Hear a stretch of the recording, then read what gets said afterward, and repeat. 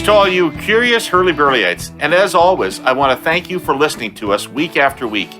Last week, we had Steve Pakin on here wearing a Cat jersey while I was in my Rough Rider jersey, and we made a little bet. I lost that bet, and as I do when I lose any of my bets, I'm blaming the Argos, as one does. All right, I think today's pod is going to be an inspiring listen for all of you. That's because we have a hell of an inspiring guest. Mohamad Fakih is here, and if you don't know who Mohamad is, he may have already made you a delicious meal. And it's kind of rude not to acknowledge your host, eh? I'm kidding. Mohamad came to Canada from Lebanon in 1999, and he's the founder and guiding light of Paramount Fine Foods, the 85-location Middle Eastern restaurant chain with plans for more. The whole story started when he bought one near-bankrupt shawarma shop in 2006.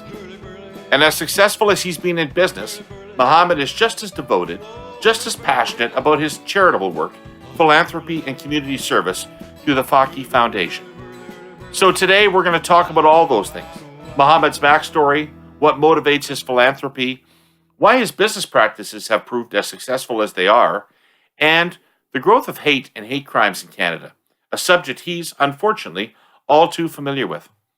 Mohamad Fakih, welcome to the Herle Burly. I'm excited to have you here today. I really am great to see you again after a couple of years. Thank you very much, David. I'm very happy to be with you, my friend. Hey, how are you? What's going on? How are you? You're good? I'm very good, actually. Yeah? How's the pandemic been for you? We're 2 years in. We're 2 years into the pandemic. How's that been for you? The pandemic was a negative reminder of the war in Lebanon, but that lasted 3 days. Why? Tell me why. What's the relationship there? Like the same thing. People were scared. We lost Canadians. We lost lives. Life has changed. And people went through a lot of dark times, including myself and a lot of business owners, but everyone, quite honestly. And it reminded me of that. But 3 days after, I woke up. And I realized and remembered that this is the time to show leadership. This is the time to show the power of immigrants. This is the time to show different experiences that they were learned, to put them to use. And that's what was very important. And I realized that we needed to do more.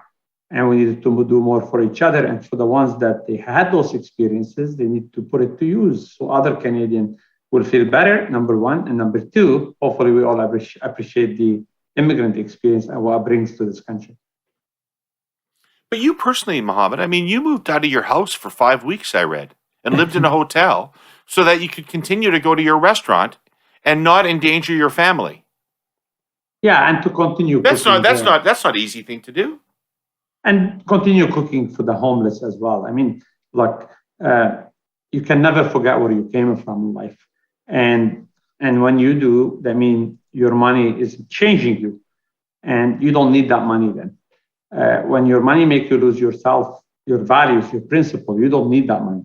So it wouldn't be fair to ask my team to open the restaurants and tell the homeless and the people who were not able to put a meal on their table, you know what? I was a great person to the community when everything was perfect. And now, sorry, I can't. Well, no, I have to say sorry, I can't to my family. Because, again, it goes down, David, to the definition. Who's important to us? Is it only our children or our neighbors as well, our community as well? And that's what's important. And I found that the pandemic put the culture and the noble mission of Paramount, and me personally, made me question myself. Was that real, what I was saying, or was it lip service? And if it was real, how am I going to stay home with only my 3 boys and my wife and leave the rest of Canadians that stood by me when I was poor, made me who I am today, supported me all the way from a smile to supporting my businesses? And that's what I decided. And I said to my wife, look, I can't be here and lose myself. To keep you safe, all of you, I'm going to go down, work with my team, and I'm going to continue cooking at Region Park. Right. How'd your family react to that? They already know I'm crazy, and I've done things like this before. I've gone to Syria in the middle of the war, to really understand the refugee crisis. And I went to Lebanon a day and a half after the explosion, so they got used to me, right? But it's a good Dad's way. a nice to have, but not a need to have. For sure. But again, look, it's all about what happy means to everyone. And for me, I wouldn't be happy only by just simply focusing on my job and my 3 boys. Happy for me is helping and doing what I learned what to do when I was a kid, and not hiding and stepping up and showing gratitude, not only when it's comfortable, when it's difficult. Right. So let's get your backstory here. So you are well known now for your philanthropy. Anybody that would Google you would find 39,000 awards attached to your name for philanthropy. So I assume that you are the son of a wealthy family who's devoted your life to giving away part of your inheritance. Is this correct? I wish. I lived in a shared basement apartment. No, I wish.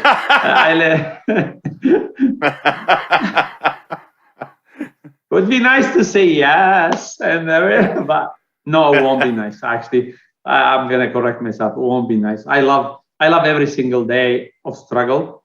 I love when I landed in Canada. There is a gentleman named Mohamad Fakih. He works at Paramount today. He picked me up from the airport. He dropped me off to a basement apartment shared with 2 other people. And to pay rent, I had no other option but teaching the French to the. How old were you? How old were you? I was 27. Why were you coming?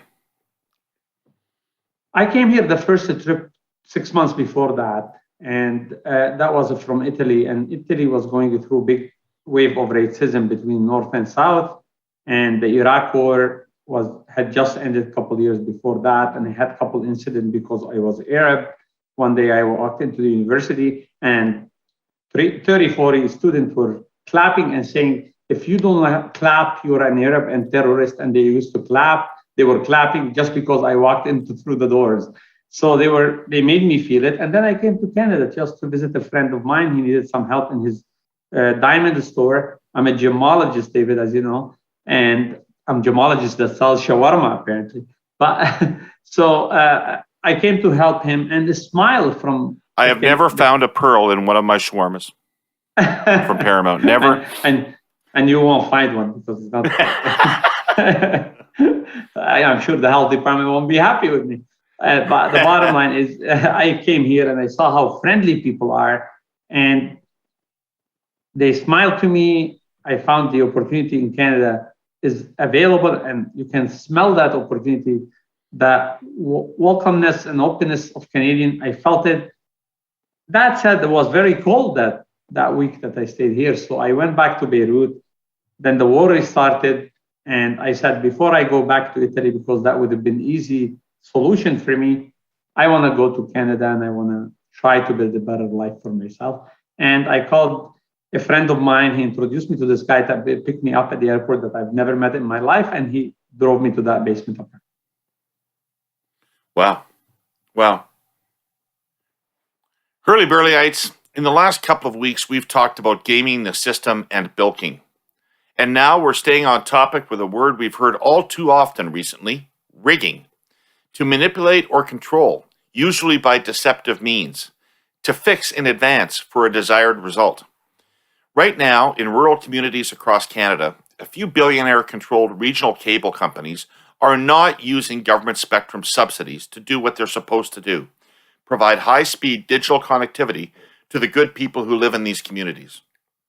Instead, they're manipulating public policy by knowingly turning it into an investment tool, rigging it. They take the subsidies offered by government and just sit on them, wait, and then wait some more, providing no service to rural communities, building no infrastructure to help them connect. Eventually, they resell the spectrum on the secondary market, making millions of dollars in profit. Meanwhile, rural, remote, and indigenous communities suffer. High-speed connectivity is key to delivering proper health care and education. It helps businesses and farmers compete with the latest technology. Basic life stuff. Without it, people just leave. As a technology leader with a social purpose, this is not how our presenting sponsor TELUS does business. TELUS believes that if you say you're going to work with government and take their spectrum subsidies for rural Canada, then you have an obligation, a responsibility to provide that service to rural Canada, to invest in those communities by building out connectivity infrastructure. And if you don't use your spectrum, you should lose it. To that point, right now, TELUS could boost service and quality of life to over 250,000 households in Alberta and BC if spectrum that was being held for profit by others was simply unlocked. Go to TELUS.com/connectingcanada to learn more. So, Mohamad, you've ended up running this Paramount Foods company, which is 85 restaurants. Now, we've been through this pandemic, and you are a strong believer in corporate culture and staff. So every restaurant that I've sort of aware of during the course of this pandemic closed down for long periods of time, laid off staff, and hunkered down to get through. How did you manage the pandemic from a business standpoint? I'll never forget the first couple days that this started. We had $5 to $6 million sales a month. It went down to $500,000 to $600,000 sales a month. And the first 3 days, I realized that so that's 10%. Your revenues dropped by 90%. Yes, because a lot of the stores were closed down right away in downtown Toronto. The airport shut down right away. A lot of the university locations were shut down as well. So there was only like handful or dozen left open. UK shut down. Lebanon was shut down. Like in a week, all this happened. And after we realized that, I came here and my team showed up to the board and said, these are the lists, we need to lay them off. There's no other way around it. The cost is very high. We have in the arena alone, in Paramount Fine Foods Center, 250 employees. And I said, I can't do that. I simply can't do that. I know the first rule of business is to stay in business, but I simply can't do that. Give me 48 hours. And then after 48 hours, I came back to them and I said, we're going to do everything we can to make sure we do not remove a glass of milk from anyone's table, from the people who serve Paramount. And these are the parameters, and find me a way. And they said, well, it's very difficult. I said, look, you're going to pay in full everybody for 2 months, and we're going to advocate the government to do something, and we'll see what will happen. But for now, we're not cutting our staff. These are our best assets. We kept telling them we are a family at Paramount. We kept saying this is a movement of social change, how to do business, and the real way of doing business, and putting people first. And now we're going to change that as soon as problems happen. No, that's not the way it should be. And we did that. So we paid the first 2 months, full staff, despite the fact that they were not there. Then the government brought up the option of top up. So you lay them off, but you top them up if you want to. And we did. And then they brought the option of subsidy. But meanwhile, there was a lot of staff doing not too much. And so I said, and I realized we need to be a little bit like a shark and a little bit like a goldfish. Because a shark, to be safe, they keep moving forward. And a goldfish have 30-second memory, short memory. You can't get Wait a second, stop. I want you to stop. Did you know that before Ted Lasso told you that? Or did you learn it from Ted Lasso? No, I didn't learn it from him. I kind of don't know. I learned it from Ted Lasso. Yeah. No, I don't know. I've heard it before that we need to move forward and not to remember. But the bottom line is, for me, it was really like a shark and a goldfish, because you couldn't have, if you get stuck on the way we did things, and let's sit down and dream about things were done before, your strength and your grit will not be the same. And moving forward was doing things completely different and not slow down because there was only enough cash coming in. So you have to do it, you have to do it fast. So it took us years and years to establish Paramount Fine Food, but in 6 months, we established 3 other brands. We established Boxed, the automated restaurant, and we opened one in King Street in the middle of the pandemic. We established Crispo, and we established Massimo in partnership with Chef Massimo Capra. Because what we wanted is bring in top-line sales. Sales from the top, cash flow from the top, so we can sustain the staff and find them work. But at the same time, Paramount was setting themselves up for 4 more brands to franchise after the pandemic. So not alone we're launching them for temporary, using the same space to have 3-4 more menus available to the consumer and bringing us cash flow so we can hold as many staff as we can and pay them the way we paid them before, but as well preparing Paramount for after pandemic for 4 more brands to franchise. And that's what we did. We did that, and it was a very good move. It increased the sales. The locations actually outside downtown Toronto, it hit 2019 sales in the middle of the pandemic. So we recovered the sales. Right? The cost of sales were higher because of Uber cost and all the delivery costs, but it was okay because the cash flow was coming. We did another one crazy thing, David. I lowered the price of my menu because I wanted the dollars for Canadian to buy them more. And my team came to me and said, is that a recipe how you're going to bankrupt? And I'm like, no, it's not. It's a recipe how you really need to believe in what's important. And what's important been to me always people and purpose to get to profit. And I wanted to continue supporting the community and supporting the people because that's the only way I would have got the sales multiplied and I would have validated the culture of Paramount. So, Mohamad, you got 85 restaurants, okay? And there's dozens of people working at each restaurant. You don't know all those people. They're in different locations. Some of them even aren't even in Ontario. You don't know these people. You don't know their families. What do you give a shit? I mean, why did you want to keep them on? Like, I thought in the world of business, labor is an input.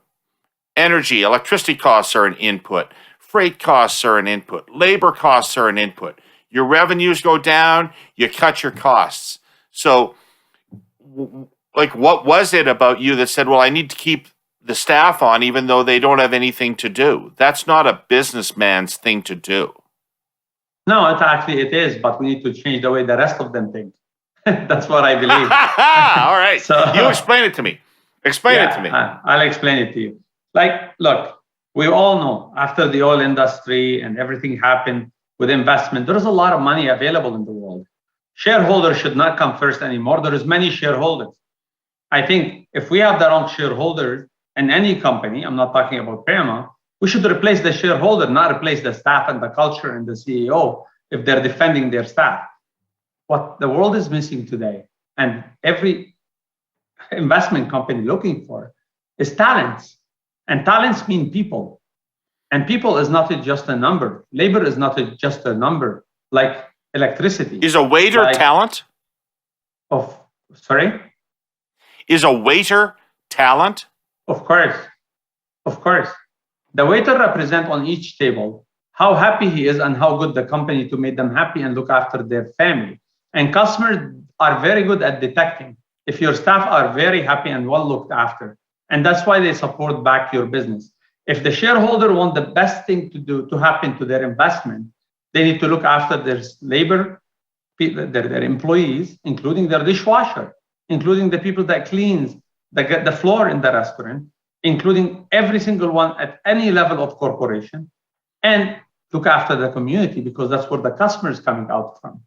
So yes, waiters are talents and hospitality is a career. And we need to change that. The hospitality is not a segue to something better. Hospitality is great on its own. We need to change that mentality. But most importantly, the biggest mentality that we need to change is the pyramid of the corporations is upside down in Canada. If the shareholder wants to get their best interest, they cannot be first. They can't have it both ways. They need to put their staff and their community first to make the biggest amount of money. And we need to change that. And CEOs need to become gutsier to tell shareholders to bring back a profit in the time of a pandemic. The profit you collected the last 20 years, bring me back 1 year of profit so I can maintain my talents. Because without my talents, I wouldn't be able to make back the profit. Look, David, any CEO or shareholder that does not understand the cost of a training in new talents, not alone training, even finding the same amount or qualification of talents, is the biggest expense for a corporation now, is someone that just in denial and doing business in the old way that will not be sustainable moving ahead. What does somebody who works at Paramount Foods get paid? Well, we don't have minimum wage, and we do share tip with them. We do medical, we do everything, and we always educate them. We always hire within. We give them opportunity. I push them. I push everybody. I tell people, why are you still on the same position for 2 years? Why? What did I do wrong? Teach me. I want to push you. I want to help you. I told everybody. I asked last week. I asked if anyone would like to become the CEO because I would like to become the chairman. And I asked my team if they would like to take my job and my seat. And I don't have a problem with that. It's a celebration. It's all about luck. It goes down to ego. It goes down to you thinking that your staff are only a support staff and you're the one who has all the successful idea or the greatest idea. You're the only one that could drive this ship. And that's the wrong mentality once again. In the corporate world, we should not think of a CEO as the smartest person on the team. It should be the uniting person of the team. It should be the only one deciding the culture of the company. It should be part of the culture, but everyone should come together to buy in. There is a lot of changes that has to be made, and especially after the pandemic. I always talk about kind of capitalism, and that's what I'm exactly trying to explain to you, David. These shareholders need to let the CEO put people first and community first if they want their sales to continue going up.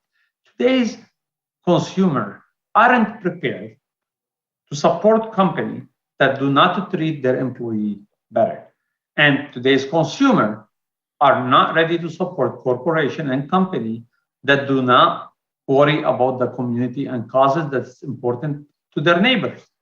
And if they don't do that, they're missing out a lot of profit. So, Canada's megacity just keeps growing. I mean, intensification is barely an understatement. The area between Toronto and Hamilton is the most populous, dense, and voracious in the country. By that, I mean its demand for manufactured and consumer goods and raw materials is relentless.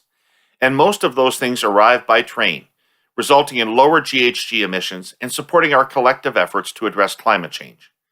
Remember, one train takes hundreds of trucks off our highways. But you know, trains have to be unloaded somewhere. Containers have to be transferred to trucks for the last mile of delivery. The fact is, existing transfer facilities in the greater Golden Horseshoe have been overloaded for years. So 6 years ago, CN formally proposed building a new transfer hub in Milton, southwest of Toronto. A multi-year environmental assessment followed, the most stringent of its kind in Canada. And thousands of consultations took place with concerned stakeholders, various levels of government, and First Nation communities. Plans were adjusted and readjusted. CN invested millions in local infrastructure, ceded land to local government, and committed to protecting wetlands and wildlife habitats. The new hub will be served in part by the new fleet of quiet electric trucks CN has commissioned, and the project is expected to contribute up to $230 million in new municipal revenues. Eventually, the government's assessment panel reported that CN had made a compelling case for the new terminal. The federal cabinet approved the project last January, imposing 325 conditions CN must meet, including limits on truck traffic in and out of the hub. And last month, the final regulatory bar was cleared. The Canadian Transportation Agency approved the Milton hub. Businesses that need strong supply chains cheered. To quote the Ontario Chamber of Commerce, the Milton Logistics Hub will help facilitate the delivery of everything Canadians need to live and work. Construction will start soon, and CN will continue working with the community. Canada's busiest urban centre will be better served in the years ahead, and so will our environment. You're a privately held company. Yes. Right? Yeah. Would you have been able to behave the same way if you were publicly traded?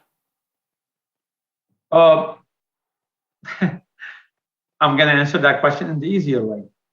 I would not be the CEO of the company if my job does not align with my values and principle. Doesn't matter how much the job pay me, because you could make money and lose yourself, and you can do both. And for anyone that's out there that is ready and prepared to lose themselves to keep a job, you lost the biggest and one important point that we all look for in life is being happy and being proud. And if your job and your salary that's coming to feed your children take away your pride and happiness, why do you need it? And if you do not have enough leadership to tell the shareholders or even whoever owns your company, even if you are publicly traded, and stand up for yourself, how would you stand up for the company and the product and the staff and what makes the company successful? I wouldn't take a job in a company. I would not take a side of a friend that their values forces me to do things that doesn't align with mine. Right. But are the pressures of the market such that a CEO of a publicly traded company who had wanted to behave exactly as you behaved would have been constrained by the demands of their shareholders that they maximize the next quarterly ROI? Oh, I think it depends on how strong that CEO on his communication. And Right. if we look at David 10 years ago, what happened? We never heard shareholder demanding their CEO about ESG, social corporate responsibilities, but now they are. Shareholders Right. are understanding now that without ESG, without being very close to the community and showing, a tweet from an employee today will shake the biggest company in Canada, right? About some misbehavior from Yeah. the executive or from the shareholder. And that shows you that shareholders are aware.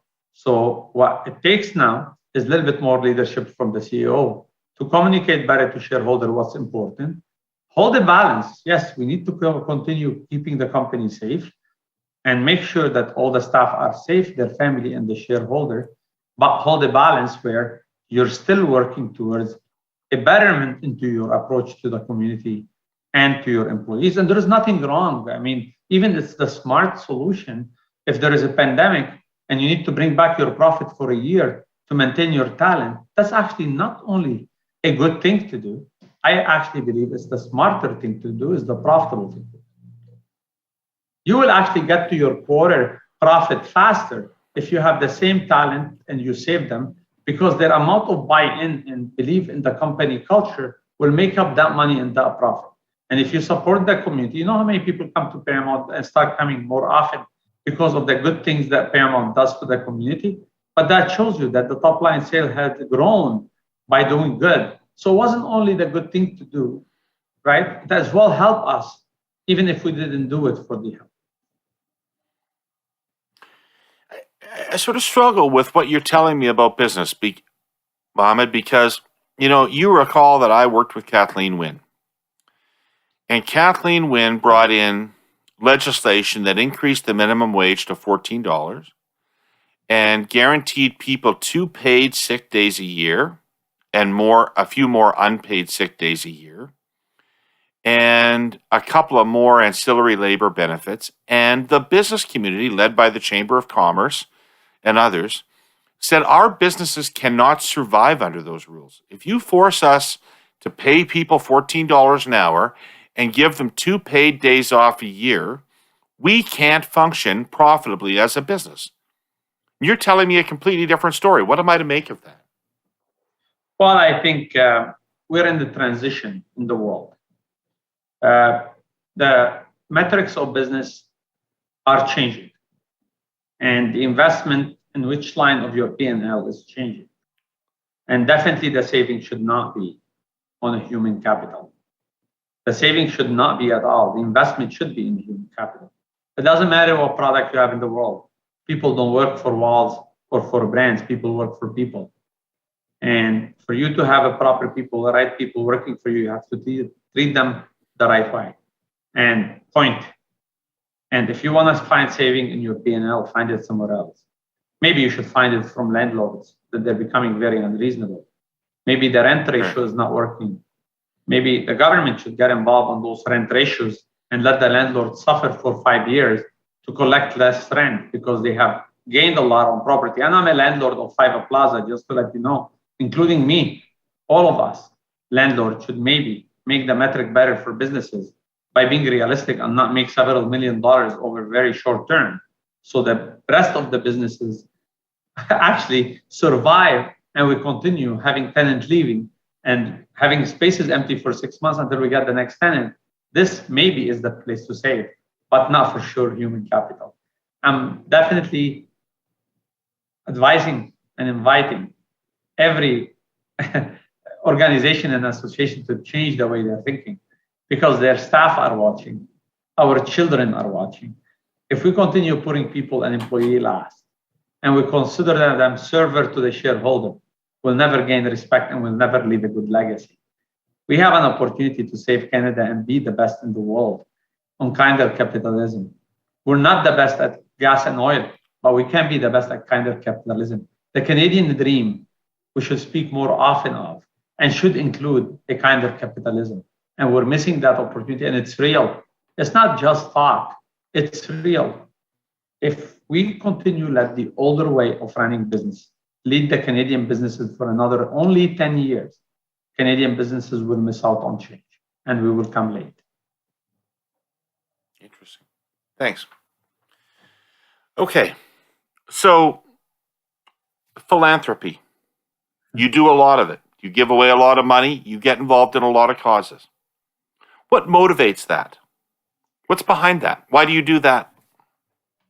I mean, it started when I was a kid. In my house beside the door was a box called Sadaqah box. My mom used to give us $5.25. The 25 cents would go into the Sadaqah box, and the $5 I take to school, buy a sandwich and a pop, and do everything. And the $25, my mom was training us, wiring us, and truly believe that she only can protect her children if they donate to someone that needs it. The only way you're going to have them blessed and come back to her safe if they give back and share the money that we have. Right. And I grew up that way. And when I came here and I was very poor, I wanted to really volunteer at the hospital because it did teach me how to get to know Canadians.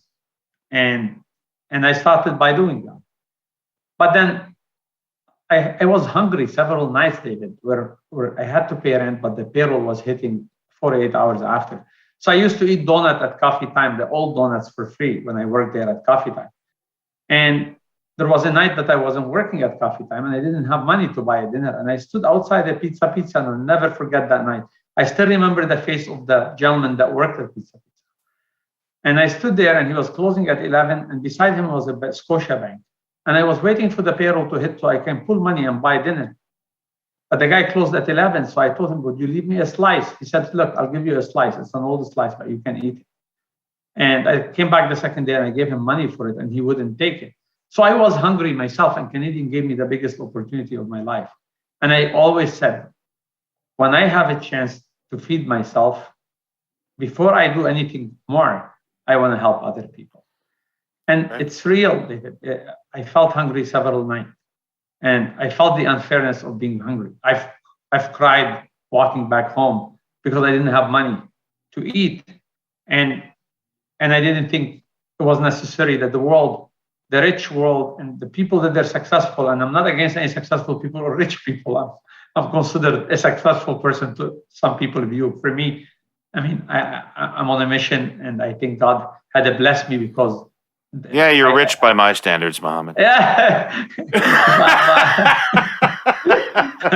but I always wanted to help, and the feeling that I used to get when I help, it's just so energizing and so addictive. You want to do it again and again and again, and then I found my happiness. I found myself that I'm actually happier when I do it than when I sign a deal of business. But for me to continue doing it, I had to continue being successful in business. Right. But then I said, why did my dad or all of these people thought that you have to be tough to be a CEO and you have to be a certain way to be a CEO? Why don't we change the definition of CEO? Where you can be a CEO, you could be a somebody that's good in business, but be kind and be sweet and be nice and be good to the community. And that's how it started. And I can't stop it anymore. It's too late. My wife said, can we do a Sunday and a Wednesday? So some Sunday we have you in the morning. And I said, but I can't. I feel guilty. Right. How do you choose what you get involved in? Do you have any sort of principles about what you want to advance and what you care about? Because, there's a million causes you could be involved in. It's true. A lot of causes are important values and important causes to our community as Canadian community in general. And a lot of them means a lot to me personally. And as well, as you know, David, I'm not the smartest person on my team. I'm actually the least smart, I would say. I mean, I have Andrew Bevan that made I have Andrew Bevan that made me much better since he joined me. I know Bevan. Don't talk to me about Bevan. I know that guy. I have Carolyn White, and I have a great people. I owe them my success and where I'm going, and they're the brain, they're the voice. They tell Bevan couldn't roll a shawarma. I don't even know how to make a sandwich, I'll be honest. So the bottom line is, you surround yourself with good people that understand and they align with the values and principles. And that's how you do it. So hunger is important to me. I've been an immigrant and I've been a refugee myself. I've been the two. So a refugees issue and immigrant issue hurts me. Right. And I want to help them when these come up, this conversation. And I want to change the way people look at refugees and immigrants, right? So the same thing about hate, right? I mean, you can ask any Muslim and any Black and I can continue. A lot of minority people, they've been exposed themselves or their children to an act or two at least. I've been exposed to 24 of them, right? Me and my family and my children. So that's how I pick it. And in general, I'm not somebody that support the biggest charity in the world. We have a lot of corporate giving in Canada, and we're lucky to have it. We just need much more. That's all what we need. And I like supporting, like going down to the gutters and supporting the people that no one's helping, and going to the border of Syria and went to the border of Mexico and advocated for the women that were allowing those cartels to rape them, to help their children go across the United States. And I advocated for that, and I raised money for that. So I like those causes that they're difficult. 90% of them are dangerous, but that's what makes me happy. Not to do the easy thing, and not what only is comfortable. Mohamad, what role does your faith? You mentioned you're a Muslim, and I've seen you quoted as being a proud Muslim in various circumstances, as that's very definitional to you. What role does your faith play in this whole business philanthropy mix? What role does it play in your life? Well, I mean, what the Muslim religion says, it's exactly what the Christian religion says and the Jewish religion says, and a lot of values and principle books. Doesn't have to be a religion that said it. But growing as a Muslim, and definitely I'm very proud Muslim, and the reason why I say I'm proud Muslim, because we are going through a lot of, like we're witnessing a lot of people that changing their name to fit in, because it's not popular to be called Mohammed sometimes. And you don't get the same reaction if you were called Mike. So I see a lot of kids, their name is Mohammed, they're called Mike, and their name is Bilal, called Bob, and because they want to fit in. And I'm going to continue to say, I'm proud Canadian, and I'm proud Muslim, and I'm proud Lebanese Canadian, because I want every Muslim and every minority, and it doesn't matter where you came from, not to feel that in our country you have to cancel and forget where you came from to fit in. It actually should be proud of where you came from.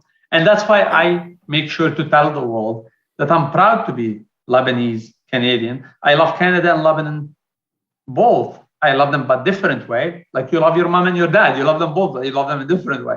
But the bottom line here for me is is I always want to show that you could be Muslim Canadian and proud to be Muslim and you don't have to hide it. But the faith and the Muslim faith has helped me to step up. It's actually a duty to give a charity, a duty to give back, and a duty to have that your money will never be blessed and will never be multiplied unless you share it with someone else. But I'm not saying that's the only religion that says that, or a lot of values and principles says that the community that has blessed you and gave you the opportunity to make money within that community deserve your support to the community. I don't know what your experience has been in the country, but one of the reasons I asked you that question, well, partially I wanted to know actually what it means to you and how it motivates you. But one of the reasons I asked you is, thinking about the relationship between white Christians and Muslims in Canada. Most white Christians, my age or younger, I'm going to get in trouble for saying this, but I'm going to say it nonetheless, don't take religion very seriously, aren't very religious, would never tell you in an interview that their faith was a motivating factor for any of their behavior. Christianity is a lapsed religion other than historical affiliation. Most people in urban centers in Canada tell me they have no religious affiliation, or if they're Christian, it's lapsed. So do you think maybe it's weird for Christians to see people being religious? So a lot of people think getting involved in religion or talking about their life being impacted by religion is like rocking the boat or belonging to a group that is not anymore the most popular thing to be part of, or could be taken as somehow extremism. Because we've heard these words, we've seen people with a target on their back being called these names. So people try to live the safest possible life because they appreciate what they have and they do not want to rock the boat. They don't want to look at as a troublemaker, despite the fact that sometimes what they advertise and they show is different than how they feel, right? And some, I agree with you, they have walked away from religion over years because they didn't want to live the way their parents wanted them to. And they've never came back from that thinking that, hey, now that I have it, a lot of time it hits you when you have a children, you start wanting your children to follow certain things. And then you say, well, I didn't follow them myself. And then you find yourself following what your parents told you, right? Which is you yourself didn't want to follow. So, no, it's true. I understand where you're going, but it's in every religion. We have the same thing in the Muslim religions. People will say, but I don't pray and I don't fast. I'm Muslim, but I'm not really Muslim, because they think that's the cool thing to say. And that's the cool, especially with the Muslim, as you know, we're the worst, one of the worst advertised in the world, and the media doesn't talk well about us. So it's not easy to say I'm Muslim and I'm proud. It's a bad brand in the Western world, yeah. Yes. And that's why I and a lot of time people say to me, Mohamad, you can do charity and not tell the world. And I say, yeah, but there's two things here that are important for me. I know you think it's self-serving sometimes that I do charity and I tell the world, but I have to fundraise. When we fundraised for the Iranian flight that fell, we needed $3-4 million. I couldn't have just cut a check myself, right? That's number one. And number two, I really want the world to see a Muslim, an Arab, a Canadian, proud immigrant that's doing good. So hopefully we change our way of thinking of each other. And we do not judge each other at all, hopefully. But if we were to look at each other, we look at each other's behavior and action and what we do to our community and how much we benefit our country, regardless of where we came from, and regardless if I'm Muslim or Jewish or Christian. Right. So you yourself were the subject of a hate crime that was successfully litigated in court. You have been active on other hate crime issues and hate generally in society. I'm aware from news reports. Listen, this is a weird conversation for me, if I could be blunt. I'm a white guy in Canada. I've never seen hate directed toward who I am fundamentally. Lots of people hate me personally, but not because I'm white or Christian or I love anything you. else, I don't know right? why they hate you, man. Well, thank you very much, Mohamad. You're kind. But nonetheless, so it's impossible for me to get it, okay? But when when I read about you, what you're doing, and I hear about that, I hear about the hate crimes against Muslims and people of Islamic faith in Canada. And then when I talk to my Jewish friends, they talk to me about a rise in anti-Semitism and hate crimes rising against Jewish people around in Canada and around the world. Tell this isolated, bubbled white Christian, what the fuck is going on? Where's all this coming from and what is going on? Well, number one, you're not that way because I know you well, David, and I've known you for years. You know and you understand what's going on, but I will explain to you very well what's going on. Look, there will always be hatred, right? The problem is when they see people like them getting ahead, they get emboldened and they feel that this is something that it's happening. And the prime minister, sorry, the president of the United States had given a license that being and saying certain things, it's okay. And that made those haters come out from the shadow to the light. They felt emboldened. When they did that, the good people in numbers were much bigger. But at the time, we were not prepared. We were silenced because we didn't need to stand up and speak out. We thought these people are just lone wolves, incident. We call them crazy sometimes, but we were wrong. They were emboldened as well by our indifference and by our silence. They said to themselves, if we get away with that much and no one did anything, well, we can get away with much more. So our silence helped them. And one day they say immigrants came here to take our jobs. Now, if you're sitting in the basement and you're deciding not to do anything, that's not my fault. The jobs are available. We're actually short of human resources, all of us. We're short of a staff, all of us. So there is enough work for everyone, right? So these are excuses. They actually were emboldened by political leaders mostly and different type of leaders that they got away with it and they felt that it's the right thing to do because we want to have a conversation, us versus them, not us and them. And we actually, quite honestly, need to continue having us and them more than us versus them. But it's no longer enough now to be good in our heart and to show that we're good people, good citizens, we pay taxes. Leadership is not only about political leaders. We are all leaders, and we need to take some leadership step to stand up against hate. In the basketball court, you know, a lot of the immigrant community think they're kids because they were born here. They're not subjected to hate. They think their accent is what the reason of hate. They don't know that their last name is hate. Their skin color can bring hate. And their kids are swallowing a lot of the pain. And they may be not telling their parents because they don't want their parents to stress out.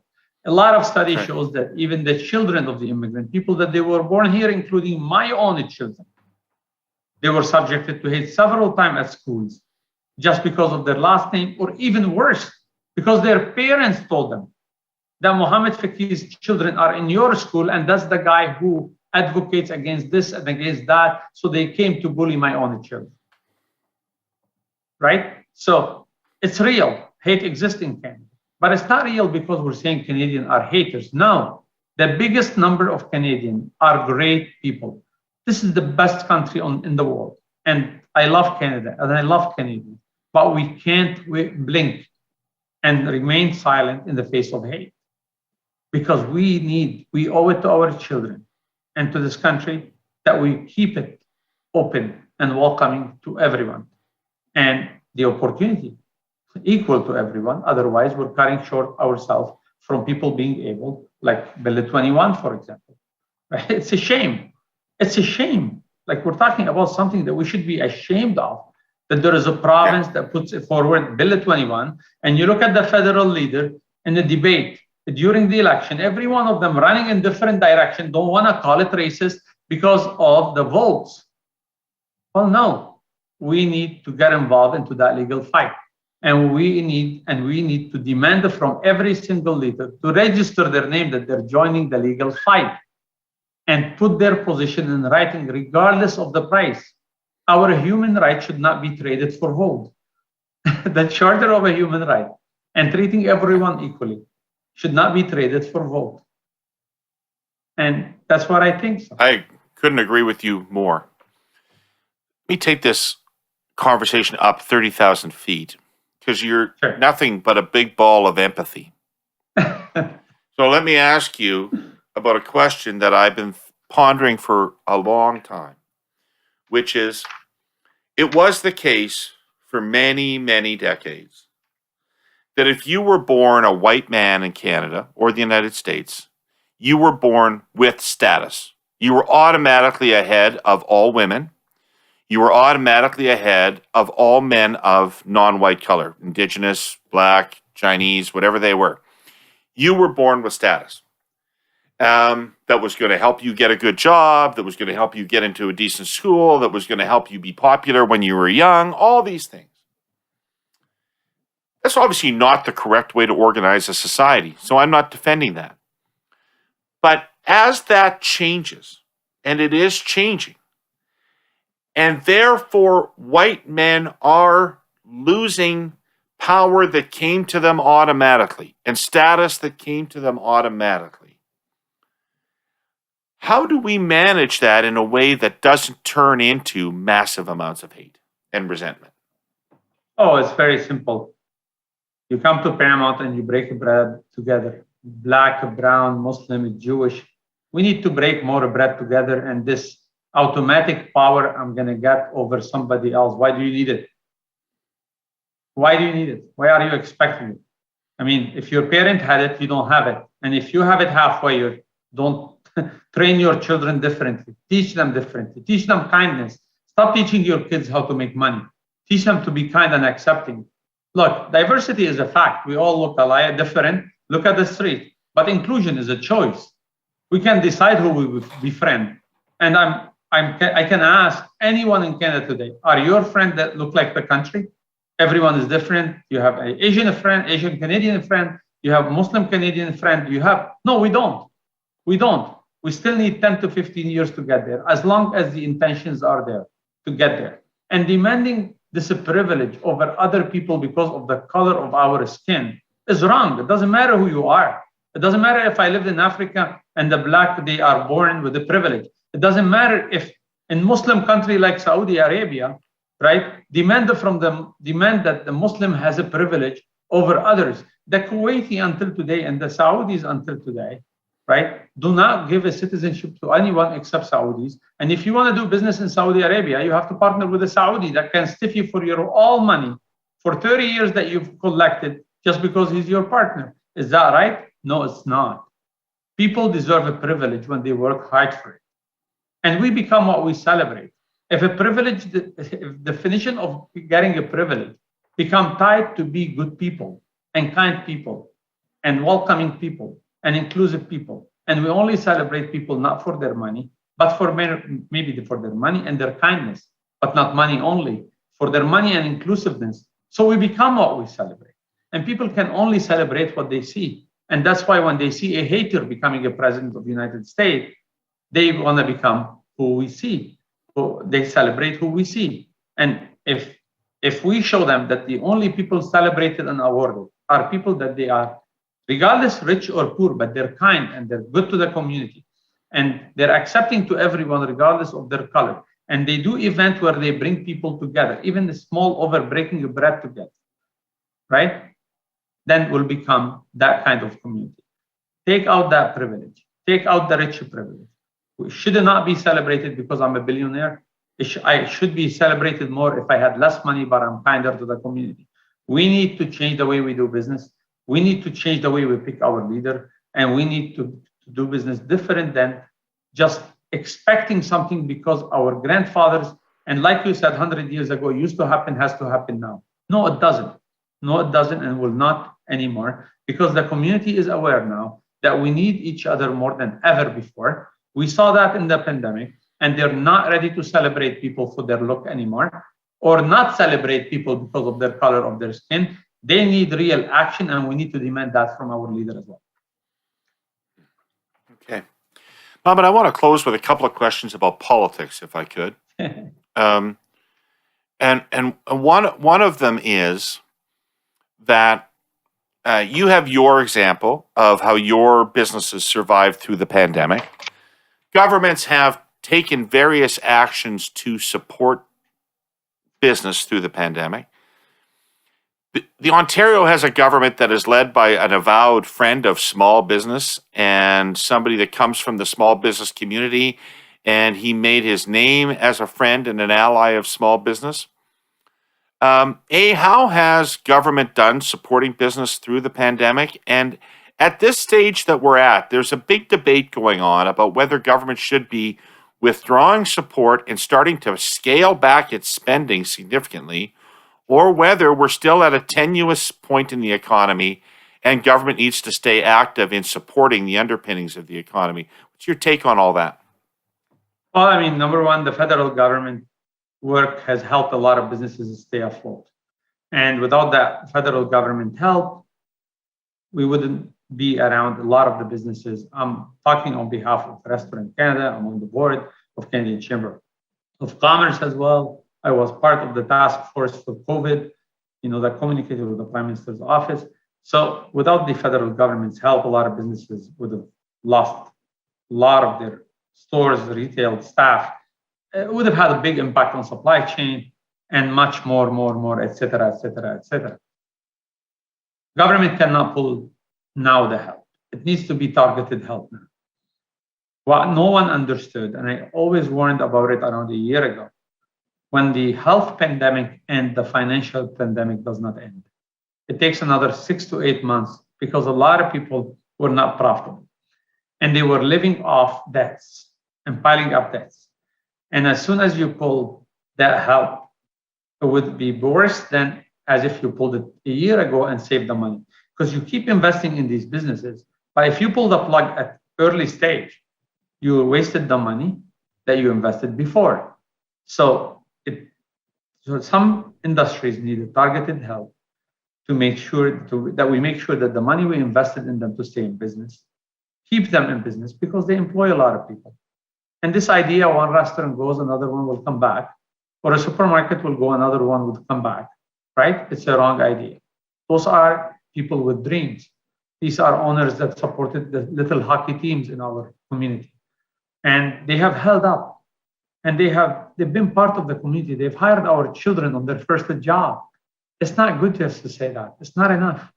Again, kinder capitalism and kinder moves where people that lasted until now, they deserve to save their dreams. And we just need to help them. Government should not pull before May or June next year, and actually should escalate the percentage of help so we can get out of it faster. It's like run forward. Don't run backward. On the province of Ontario, that's a different. About the province of Ontario, you did not touch on our small business premier. Oh, me and Premier Ford values simply don't align together. Whatever I believe in, whatever he believes in, can never ever align. His help to businesses. We saw the report that came up, $1 billion to people that did not deserve to get help when other businesses shut down in Ontario. He held money that was given to him by the federal government. Didn't give people the paid sick leave on time, so people had to come out to work because they couldn't get paid and they were sick, and that put lives at risk. The way we treated the LTC and the workers there, and how many seniors died because of negligence, I just simply can't align with him. And in the end, he comes out and acted like by mistake he said something, and he did not admit by mistake, and he called immigrant lazy. Well, I don't know which immigrant he's talking about. Like the immigrant that every small pizza shop is owned by an immigrant on each corner of our country and employing a lot of people, or immigrant like me that I still work 20 hours a day until now, and we give back to the community. Hey, Mohamad, if you spent much of your afternoons sitting around with your buddies smoking weed, Would you call other people lazy? Of course not, but to yeah.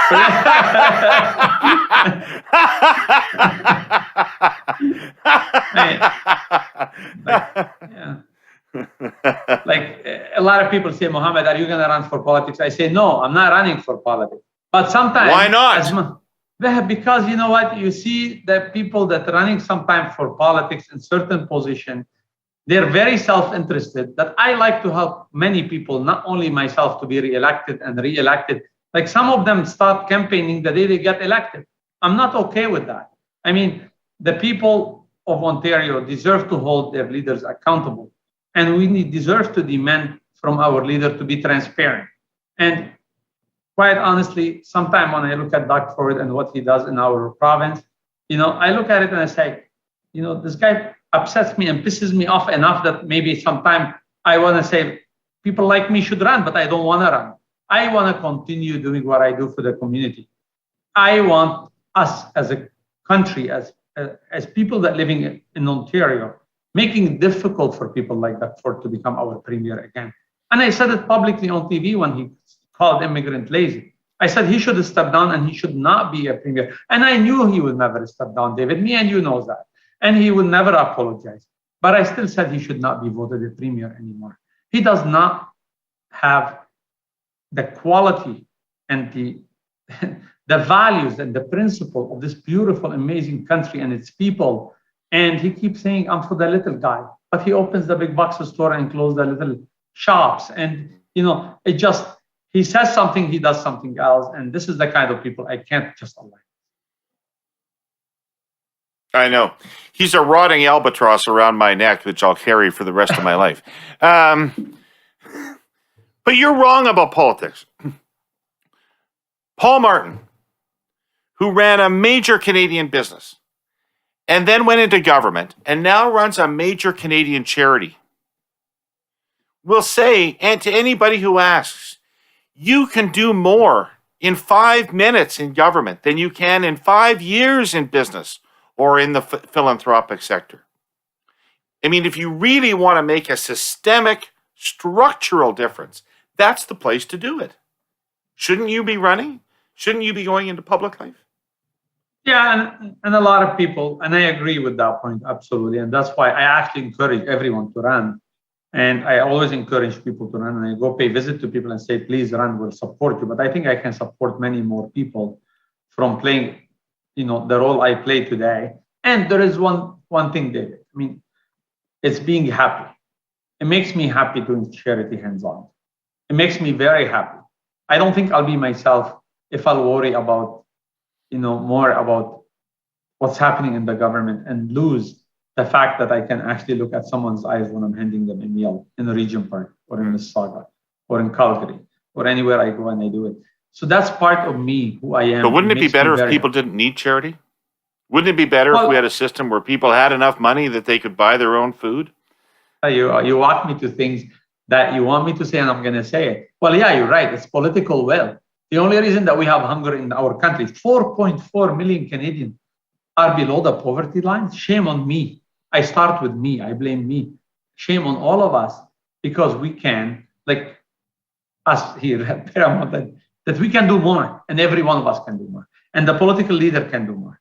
And we should demand from them to end this poverty and this food insecurity. We should demand from anyone to run to have a commitment. Anywhere else, the government will fall apart if we had 4 million people below the poverty line and 1.8 million in Ontario. Like, it breaks my heart. My voice has changed when I talk about that. I've been hungry myself, and I know how it impacts people. And I think we need to change that, and we need to change it immediately. Yeah. And you're right. Doing that. It's tough to learn algebra when your stomach's empty, isn't it? Honestly, it's just, you see people, they look better than us. You see people that they look like they are not used to line up to get a meal. I see them every Sunday. I see them every Thursday. It breaks my heart that it's in our country that's happening. And 2 kilometers away, people like me as well own over $4 or $5 million home. We can do all better, and we should do all better. It's better for us and better for our children and the legacy we need. If we want Canada to be a safer place where we can make money and a place where everybody come to spend their money, even for business. We need to have less people hungry. Absolutely. What a wonderful note on which to end this conversation.